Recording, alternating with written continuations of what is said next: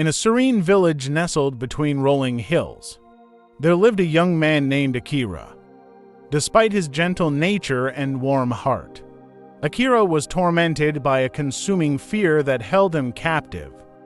The villagers called it the shadow of dread, for it cast a dark veil over his life.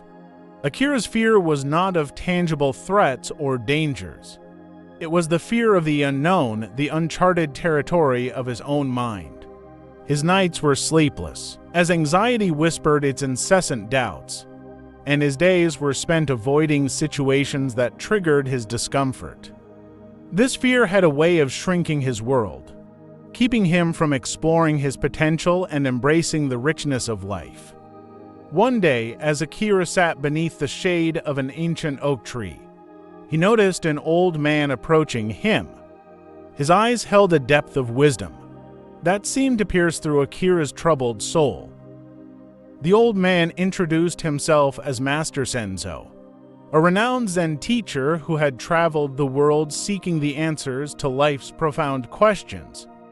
Intrigued by Master Senzo's presence, Akira decided to confide in him about the overwhelming fear that had gripped his heart. The old man listened attentively, nodding with understanding as Akira poured out his fears and insecurities. Master Senzo's eyes twinkled with kindness as he began to share his own journey of overcoming fear. He spoke of how fear was a natural part of being human, but it was not meant to control or define one's existence. He told Akira about the concept of fearlessness, not in the sense of lacking fear, but in the ability to face fear with unwavering courage. Listen, young one. Fear is like a phantom that gains strength when we deny its existence.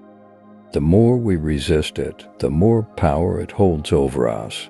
But if we acknowledge it, understand it, and learn from it, we can transform it into a source of strength. Master Senzo said gently. He then shared a simple yet profound practice with Akira. For the next moon cycle, every time fear arises within you, instead of fleeing from it, sit with it. Observe it without judgment. Breathe deeply and let the fear flow through you. In this stillness, you will discover the power within you to overcome it. Akira decided to follow Master Senzo's guidance. Over the next few weeks, he faced his fears head-on. He sat with his discomfort, observed the thoughts that triggered his anxiety, and breathed through the waves of unease. At times, it felt like an internal battle, but Akira persisted, fueled by a desire to liberate himself from the chains of fear. As the moon cycled through its phases, Akira noticed a gradual shift within himself. The once overpowering fear began to lose its grip.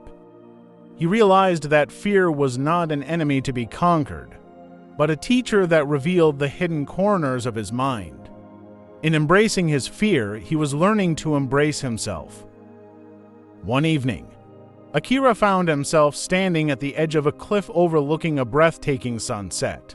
As the wind whispered through the trees, he felt a sense of tranquility he had never experienced before.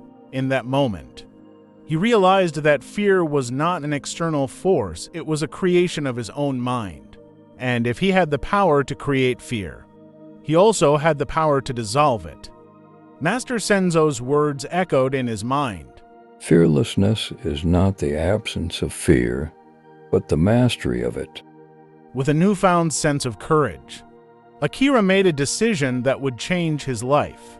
He took a step forward and closed his eyes, allowing himself to feel the fear and uncertainty that had once held him back. And then, in an act of sheer liberation, he leapt off the cliff and into the open air. In that exhilarating moment of free fall, Akira experienced a profound truth. The only thing that had ever confined him was his own fear. As he descended, he felt a rush of emotions: fear, excitement, and ultimately liberation. As he landed safely on the ground, a triumphant smile spread across Akira's face. He had faced his fear and emerged stronger than ever. From that day forward, he carried the lessons of fearlessness and courage with him, sharing them with all who sought his wisdom